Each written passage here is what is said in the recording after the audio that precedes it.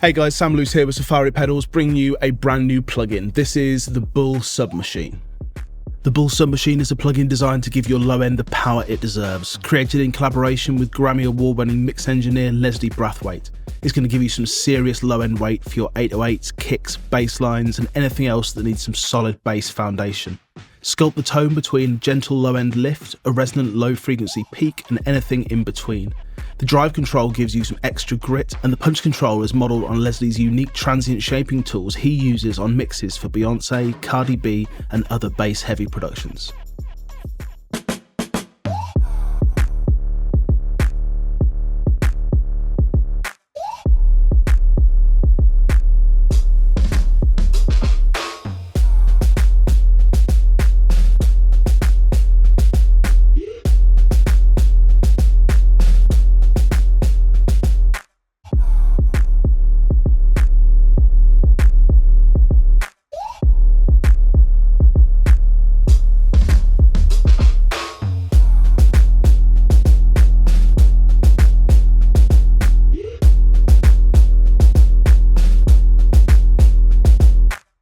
Now I want to show you this on a beat that's just lacking some low end and needs that solid foundation. And as this is a plugin that deals with low end frequencies, you want to make sure you're listening on a set of studio monitors or some headphones with decent low end extension to really hear the effect of this. Let's check it out.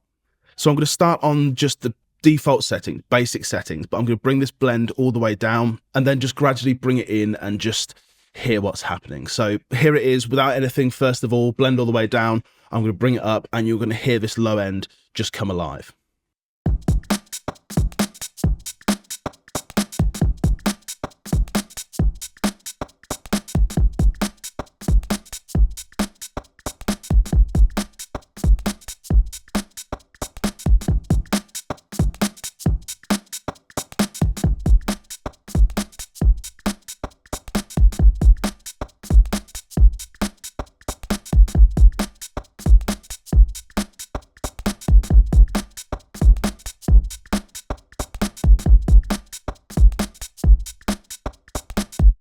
So you can hear there, you can go from something kind of gentle to something really extreme, and all the parameters on this plugin are going to allow you to do something a little bit different, which is going to shape the overall curve. So if we take a look at an analyzer, you're going to see exactly what these are doing. So you'll see here at the default settings, it's kind of a gentle boost. It's a large boost. It's around 10 dB, but it's not too resonant. And if I bring that resonance up, you're going to see exactly what happens. It really gets to a really sharp kind of boost. And this is going to, there's going to be some interplay with the input and output controls as well. If you have auto gain on, then as you bring the input control up, the output is going to come down. And look what happens when I do that. We start to feed more into the plugin, so it's actually kind of clipping and saturating and bringing that apparent peak down a touch. So if we do the opposite of that, bring that input down, we're going to get even more of that resonance, and that's really going to come up. So it kind of is a balancing game. If you're bringing the input up loads, then you're shoving loads more into the plugin. You're going to get more of the sound of the plugin, more of the saturation, but there's a trade-off between getting slightly less resonance there. And this is something that you're going to be able to tune to your track and make work for you. So if we take a listen as I do that now, bring the input up, you're going to hear the low end just kind of change.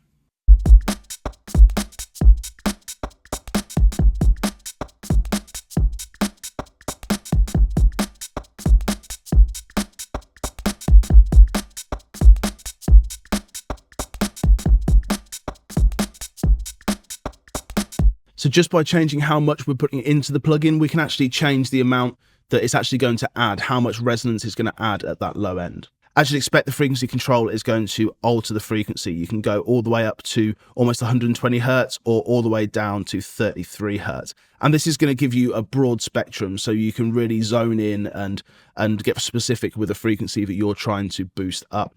If you want to go to, let's say, 70 hertz, then you can see how the resonance is really controlling that, and we can really be precise. Or down low, there really is a gentle boost. But the interesting thing is this section here, where we're boosting the frequency that we're selecting, but then we're doing a slight dip afterwards.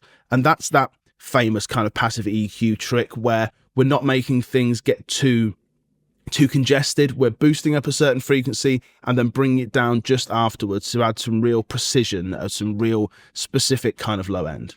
And equally, this is going to work on buses. I've got something here which sits firmly in the kind of sound design, music for sync kind of area. And essentially everything that exists in the low end on this mix, I've got going to a bus, which I'm just calling sub. And I've got the Bull Sub Machine on there.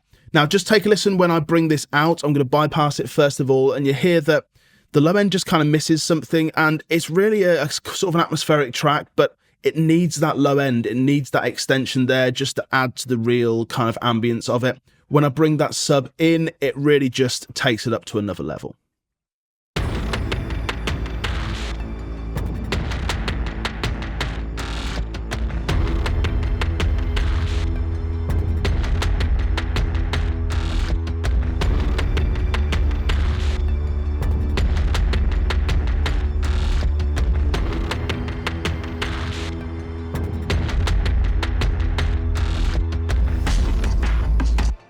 You can hear how it's just adding that extra dimension in the bottom end, and this kind of thing is perfect for anything that really needs some ambience, really needs some low-end rumble to it. I can imagine this working well for anything going out for production music, anything going out for sync, anything that really needs to encapsulate that low end. So there you go, a real Swiss Army knife of a low-end tool.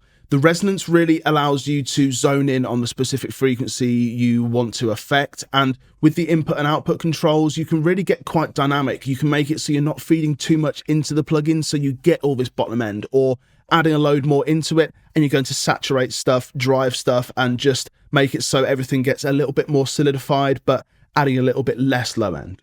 Drive is going to be great for saturating those lows, think 808s, think kicks, anything that you want a bit of grind to, and then the punch is going to really sharpen that peak and give you a really resonant texture to your low end. You can check it out now and get it as part of the Everything bundle at safaripedals.com.